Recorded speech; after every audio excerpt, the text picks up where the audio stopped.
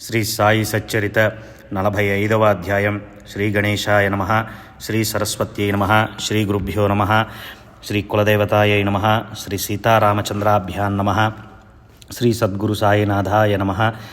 తిరగలిలో సహజంగా విసురుతూ తమ సచ్చరిత రచనను స్ఫురింపజేసి భక్తులను సన్మార్గంలో పెట్టేవారి కౌశలం ఎంత అలౌకికమైనది. పరమ పురుషార్థమైన మోక్షం కంటే గురు చరణాలు సమర్థవంతమైనవి. ఇటువంటి గురువు యొక్క చరణ తీర్థాన్ని సేవిస్తే మోక్షం తెలియకుండానే ఇంట్లోకి ప్రవేశిస్తుంది. గురువు కరుణిస్తే రెండు ప్రపంచం సుఖమయమవుతుంది. జరగనివి తలచినవి జరుగుతాయి. గురువు అరక్షణంలో ఒడ్డుకు చేరుస్తారు. గ్రంథం ఇంతగా వ్రాయబడింది కానీ కథ సంక్షిప్తంగానే చెప్పబడింది. సాయి యొక్క అమోఘమైన కీర్తిని నేనెంతని వర్ణించను. ఎవరి దర్శనంతో నిత్యతృప్తి, ఎవరి సహవాసంతో ఆనందభుక్తి, ఎవరి వలన భయ విముక్తి కలుగుతాయో ఆ సాయి మూర్తిని పోగొట్టుకున్నాం. ఎవరి వలన పరమార్థ ప్రవృత్తి, ఎవరి వలన మాయామోహ నివృత్తి, ఎవరి వలన అత్యంత క్షేమం కలుగుతుందో ఆ సాయి మూర్తిని పోగొట్టుకున్నాం. ఎవరి వలన భయ భీతి ఉండదో, ఎవరి వలన న్యాయం నీతి జాగృతమవుతాయో, ఎవరి వలన కష్టాలలో మనసుకు ధైర్యం కలుగుతుందో ఆ సాయి మూర్తిని పోగొట్టుకున్నాం. మనం ధ్యానించుకోవటానికి సాయిబాబా తమ రూపాన్ని మన మనసులలో స్థాపించి తమ అవతారాన్ని చాలించి తమ ధామానికి వెళ్ళిపోయారు. వారి ఈ యోగ స్థితి అంతుపట్టనది. అవతార కార్యం సంపూర్ణం కాగానే వారి పార్థివ శరీరం కనిపించకుండా పోయింది. అయినా ఈ గ్రంథం ఆ వాంగ్మయ మూర్తిని అనుక్షణము గుర్తుకు తెస్తుంది. అంతేకాక వారి చరితాన్ని పఠించినా విన్నా మనసుకు లభించే ఏకాగ్రత, దాని వలన కలిగే అపూర్వత వర్ణనాతీతమైన శాంతిని ఎలా వర్ణించను. శ్రోతలైన మీరందరూ జ్ఞానులు. నేను మీ ముందు అల్పజ్ఞుణ్ణి అయినా సాయి యొక్క ఈ వాగ్ యజ్ఞాన్ని మీరు కృతజ్ఞతా భావంతో ఆదరించండి. కళ్యాణప్రదమైన ఈ వాగ్ యజ్ఞాన్ని నా వంటి అజ్ఞాని ద్వారా సాయి పూర్తిగా సాధించుకున్నారని సర్వజ్ఞులైన శ్రోతలు ఎరుగుదురు. సాయి చరణాలకు వందనం చేసి ఏకాగ్ర మనసుతో మహామంగళకరమైన పరమ పావనమైన ఈ చరితాన్ని శ్రవణం చేసే భక్తులు మరియు తమ శ్రేయస్సును సాధించుకోవటానికి అనన్య మనసుతో భక్తిగా ఈ కథామృతాన్ని సేవించే భక్తులు వారి స్వార్థపరమైన కోరికలనే కాక పరమార్థ అవసరాలను కూడా సాయి తీరుస్తారు. వారి సేవ ఎప్పుడూ వృధా కాదు, ఎల్లవేళలా కూడా వృధా కాదు. చివరకు అది వారిని కృతార్థులను చేస్తుంది.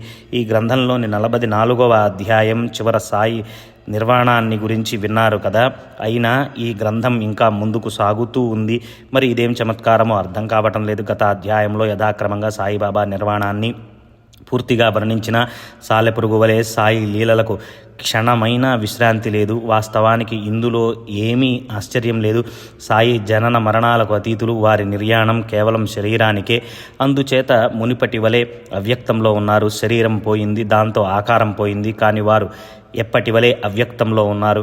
శరీరాన్ని వదిలి తర్వాత కూడా వారి లీలలు అందరికీ విదితమే.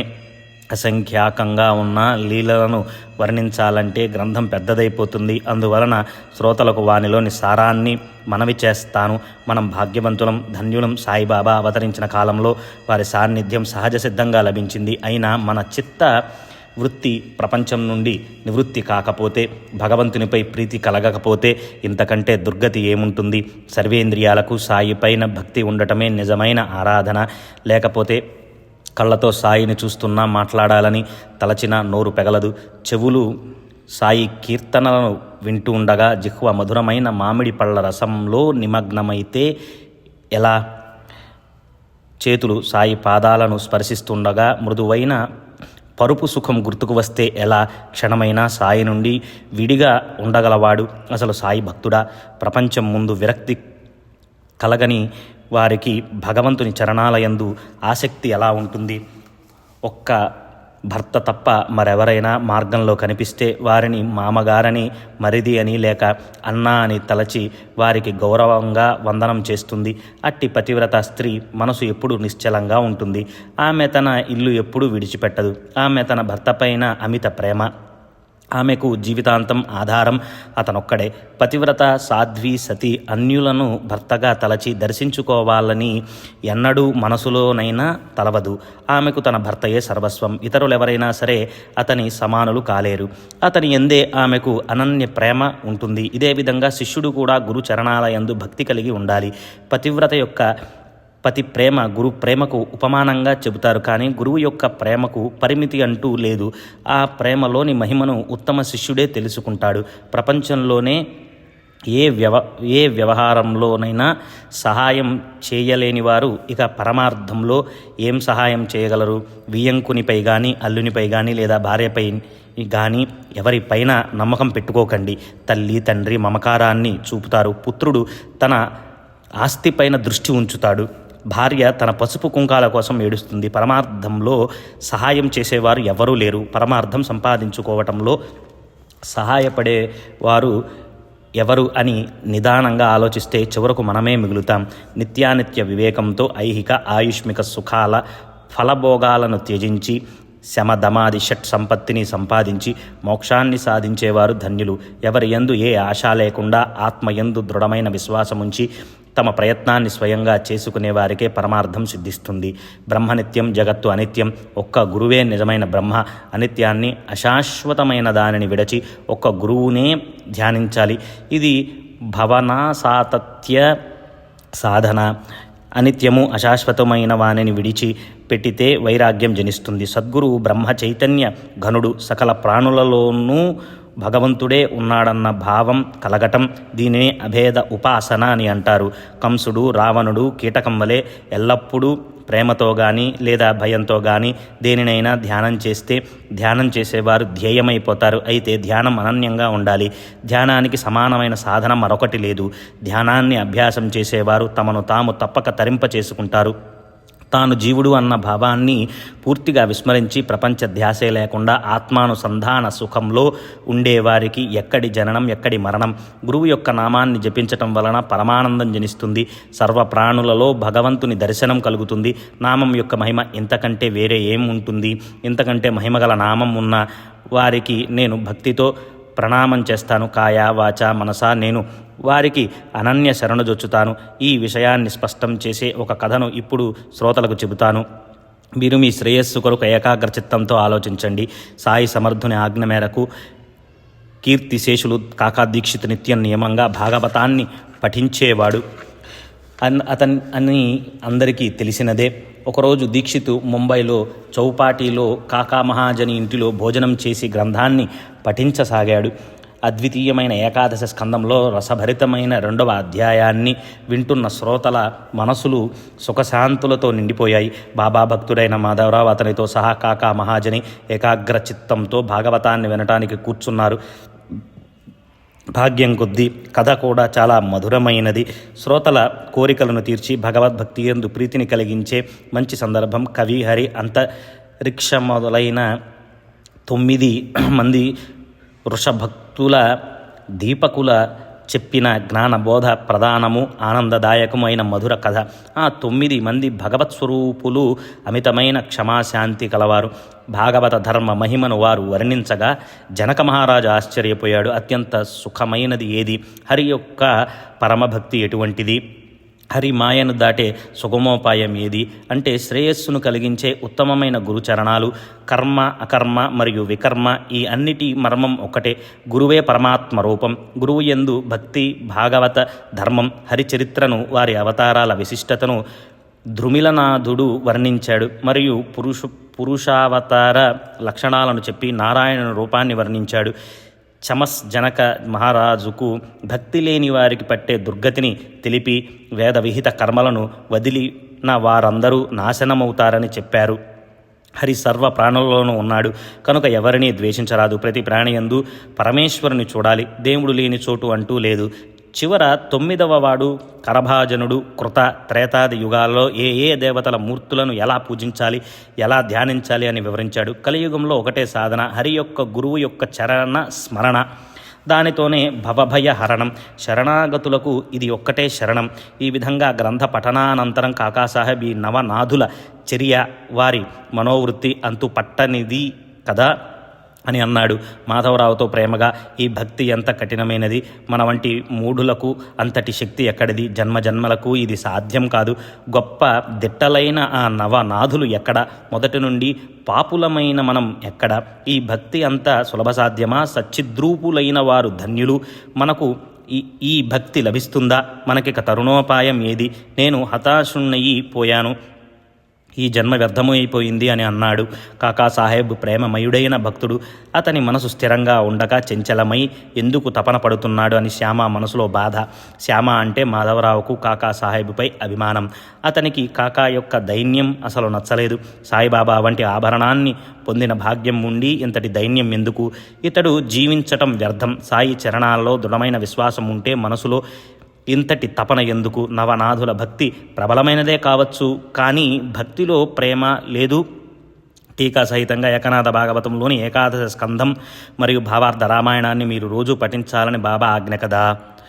దానిని బట్టి హరినామ స్మరణ గురుస్మరణ సాధన అని బాబా ఆజ్ఞ ప్రమాణం కాదా, దీనితో మనం భవాన్ని తరించగలం, మీకు ఎందుకు చింత అని అన్నాడు. కానీ ఆ నవయోగుల చరిత్ర, వారి అసిధారా వ్రతం ఏ కొంచెమైనా మనకు సాధ్యమా అని కాకా ఎప్పుడూ ఆలోచిస్తూ ఉండేవాడు. నవయోగుల భక్తియే శ్రేష్టమైనది, అది ఏ సాధనతో లభిస్తుంది, ఆ భక్తి ద్వారానే భగవంతుని సాన్నిధ్యం అని మనసులో వేదన పట్టుకుంది. కూర్చున్నా పడుకున్నా అదే ఆలోచనతో బాధపడుతూ ఉండగా ఆ మరునాడు జరిగిన చమత్కారాన్ని శ్రోతలు సవిస్తరంగా వినండి. ఆశ్చర్యకరమైన అనుభవాన్ని గమనించండి. ప్రాతకాలమే ఆనందరావు పాకడే మాధవరావు వెదుగుతూ వచ్చాడు.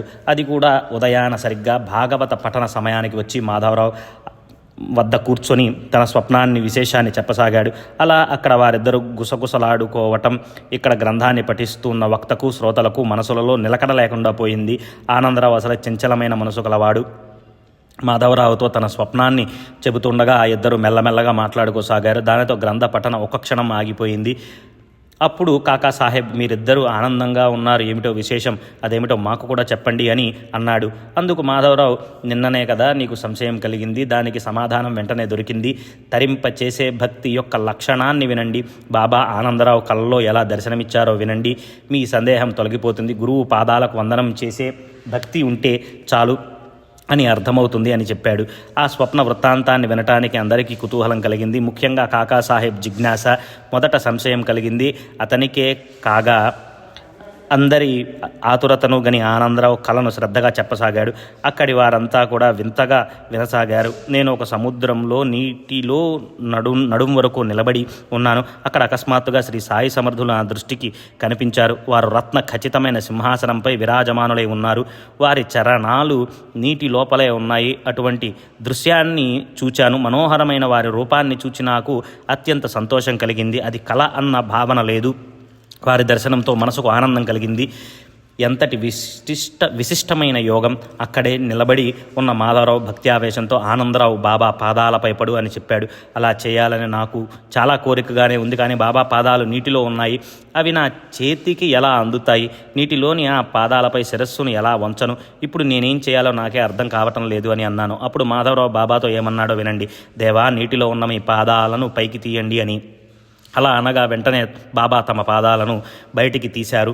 అప్పుడు ఆనందరావు ఆలస్యం చేయకుండా బాబా పాదాలను పట్టుకుని వందనం చేశాడు. బాబా పాదాలను అతడు అలా గట్టిగా పట్టుకొని ఉన్నప్పుడు వారు, నీవు భయపడవలసిన అవసరం లేదు, నీకు శుభం కలుగుతుంది అని ఆశీర్వదించారు. జరి అంచు ధవతిని మా శ్యామకు ఇవ్వు, అది నీకు శుభదాయకం అని కూడా చెప్పారు. వారి ఆజ్ఞను సరసావించి జరియంచు దవతిని తెచ్చాను. కాకాసాహెబ్, మీ చేతులతో దీనిని మాధవరావుకు ఇచ్చి అతడు స్వీకరించేలా చేయండి. నా ఈ విన్నపాన్ని మన్నించండి. మాధవరావు దీనిని కట్టుకునేలా చేయండి, నాకు సంతోషం కలుగుతుంది, నేను మీకు చాలా కృతజ్ఞుణ్ణి అవుతాను అని అన్నాడు. అతని మాటలను మాధవరావు స్వయంగా విన్నాడు. కానీ కాకాసాహెబ్ ఇచ్చిన ధోతిని అతడు స్వీకరించలేదు. అతడు మనసులో ఇది స్వప్నమే, నాకు సూచనగా ఏదైనా దృష్టాంతం కలిగితే తప్ప నేను ఈ వస్త్రాన్ని తీసుకొని అని అన్నాడు. అప్పుడు కాకాసాహెబ్, బాబా అభిప్రాయాన్ని తెలుసుకుందాం, తీసుకోవటం మంచిదా కాదా అని చీటీల ద్వారా తెలుసుకుందాం, బాబా ఇచ్చిన చీటీ ప్రకారం వారి ఆజ్ఞను స్వీకరించుకుందాం అని బాగా నిశ్చయించుకుని చీటీలలో వ్రాసి బాబా పాదాల వద్ద ఉంచాడు. కాకాసాహెబ్ తన భారాన్నంతా సాయిపైనే ఉంచేవాడు. బాబా అభిప్రాయాన్ని ముందుగా తీసుకుని తర్వాత ఏ పనైనా చేసేవాడు. ఆ విధంగా బాబా శరీరంలో ఉన్నప్పుడు చేసేవాడు. తర్వాత చీకటి వేసి వారి తరువాత కూడా చీటీలు వేసి బాబా ఆజ్ఞను తీసుకునేవారు. ఆ ఆజ్ఞను తప్పక పాటించేవాడు. పని చిన్నదైనా పెద్దదైనా చీటీల ద్వారా బాబా ఆజ్ఞను తీసుకోకుండా ప్రాణం పోయినా ఏ పని చేసేవాడు కాదు. బాబా ఆజ్ఞయే ప్రమాణం.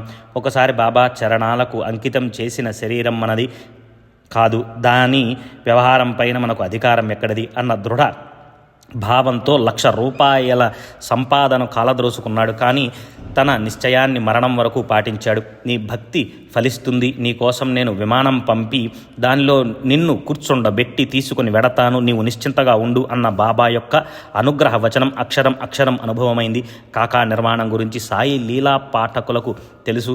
ఈ విధంగా గుర్తుకు వస్తే విమాన ప్రయాణం అంటే ఇంతకంటే వేరే ఏముంటుంది అని అనిపిస్తుంది.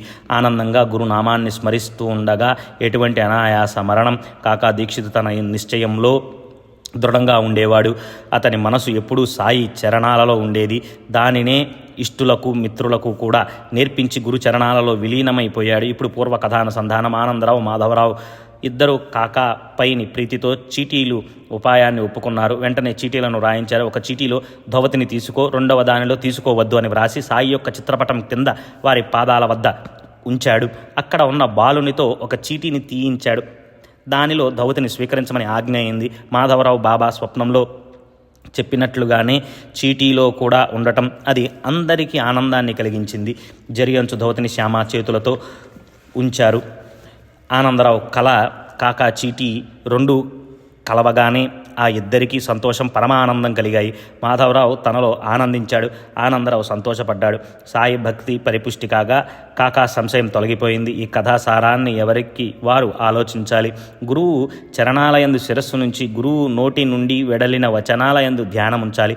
మన భూమిక, మన స్థితిగతులు, మన చిత్తవృత్తి మనకంటే మన గురువుకే బాగా తెలుస్తుంది. మనలను ఉద్ధరించే బాధ్యత వారిదే.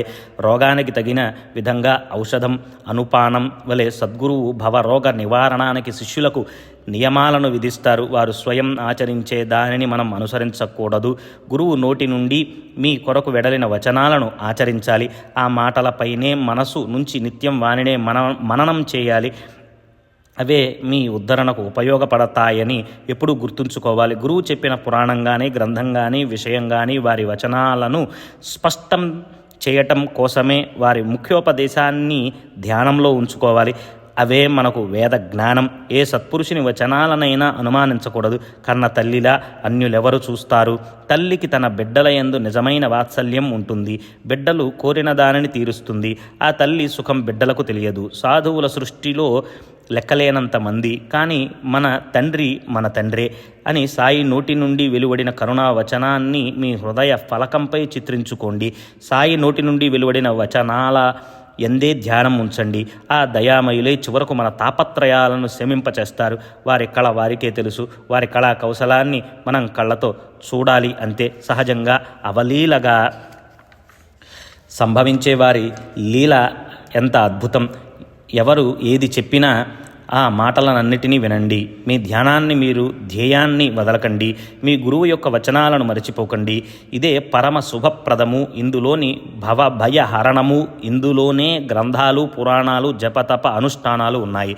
సారాంశం: గురువును ప్రేమించండి. వారికి అనన్య భావంతో నమస్కరించండి. సూర్యుని ఎదుట అంధకారం ఎక్కడ ఉంటుంది? అట్లే గురువు వద్ద భవసాగరం ఉండదు. సృష్టిలో దగ్గరలో కానీ దూరంలో కానీ సప్త సముద్రాలకు అవతల ఉన్నా ఎక్కడ ఉన్నా సరే గురువు శిష్యుల యందు అత్యంత ప్రేమ కలిగి ఉంటారు. ఇలా వ్రాస్తూ ఉంటే ఒక కథ గుర్తుకు వచ్చింది. ఒకరిని చూచి మరొకరిని అనుకరిస్తే ఆపదలు ఎలా సంభవిస్తాయి అని. ఒకసారి బాబా మసీదులో మహల్సాపతితో ఉండగా వారికి అకస్మాత్తుగా పూర్వం చెక్క పలకపై శయనించిన విషయం గుర్తుకు వచ్చింది. ఆ చెక్క సుమారు ఒక 6 అడుగుల వెడల్పు మాత్రమే. దానిపై పడుకోవటానికి దానికి 2 వైపులా పాత గుడ్డ పీలికలు కట్టి మసీదు దూలానికి అడ్డంగా వేలాడగట్టి ఉంచేవారు. చీకటిలో పడుకోకూడదని బాబా తల వద్ద కాళ్ల వద్ద దీపాలను ఉంచి అవి రాత్రంతా వెలుగుతూ ఉండగా ఆ చెక్క పైన శయనించేవారు. ఈ చెక్క పలక వృత్తాంతాన్ని అంతా ఇదివరకే ఒక అధ్యాయంలో వర్ణించాను. ఇప్పుడు దాని మహత్యాన్ని వినండి. ఒకసారి బాబా ఈ చెక్క పలక గొప్పతనాన్ని వర్ణించగా కాకాసాహెబ్ దీక్షితుకు కలిగిన ఆ ఆలోచనను వినండి. అతడు బాబాతో, మీకు ఆ చెక్క పలకపై శయనించాలని కోరిక ఉంటే ప్రేమగా ఒక చెక్క పలకను వేలాడ కట్టిస్తాను, మీరు సుఖంగా పడుకోవచ్చు అని అన్నాడు. బాబా అతనితో, మహల్సాపతికి కింద వదిలి నేను పైన ఒక్కడిని ఎలా పడుకోగలను, నేను కింద బాగానే ఉన్నాను అని జవాబిచ్చారు. అప్పుడు కాక ప్రేమగా, మరొక చెక్క పలక కట్టిస్తాను, మీకు ఒక దానిపై మహల్సాపతి, రెండవ దానిపైన శయనించండి అని చెప్పాడు. ఆ మాటకు బాబా, అతడు చెక్కపై ఎలా పడుకోగలడు, శరీరం సుగుణ సంపద ఉన్న వారే చెక్క పైన పడుకోగలరు, చెక్క పలక పైన పడుకోవటం సులభం కాదు, నేను తప్ప ఎవరు దానిపైన శయనించగలరు, నిద్రను వదిలి కళ్ళు తెరచి ఉండగలవారే దానిపై శయనించగలరు, నేను నిద్రించేటప్పుడు నా సన్నిధిలో నా గుండెపైన చేయి వేసి కూర్చుండమని అతనికి చెప్పాను. ఆ పని కూడా చేత కాలేదు, కూర్చున్న చోటే కునుకు తీస్తాడు, అతనికి ఈ చెక్క ఏం పనికి రాదు, ఈ చెక్క పలక నాకు మాత్రమే పక్క, నా హృదయంలో నామస్మరణ జరుగుతుంది, అక్కడ చేతిని ఉంచి చూడు, నేను నిద్రిస్తే నన్ను మేలుకొలుపు అని అతనిని ఆజ్ఞాపించగా అతనికే నిద్ర వచ్చి అతని చేయి బరువెక్కి రాయిలా అవుతుంది. నేను భగవత్ అని అనగానే అతని నిద్ర ఎగిరిపోయి ఆందోళన పడతాడు. నేలపైన సరిగ్గా కూర్చోలేనివాడు, ఆసనంపై స్థిరంగా ఉండలేనివాడు, నిద్ర తమ కింకరుడైన ఆ నరుడు పైన ఎలా పడుకోగలడు అని అన్నారు. అలా బాబా భక్తుని పైన ప్రేమతో సందర్భానుసారం మన శక్తి కొలది మనం చేస్తూ ఇతరులను వారి వారి ఇష్టానుసారం చేయనివ్వండి అని చెప్పేవారు. సాయినాథుని లీల అగాధం కనుక హేమాడ్ వారి చరణాలను ఆశ్రయించగా బాబా కూడా అతనిని తమ కృపతో ఆశీస్సులతో ఎప్పుడూ తమ స్మరణలో ఉంచారు. స్వస్తి శ్రీ సంత సజ్జన ప్రేరితము భక్త హేమడ్ పంత్ విరచితమైన శ్రీ సాయి సమర్థ సచ్చరితంలో శ్రీ గురుచరణ మహిమ అను 45వ అధ్యాయం సంపూర్ణం. శ్రీ సద్గురు సాయినాథార్పణమస్తు. శుభం భవతు.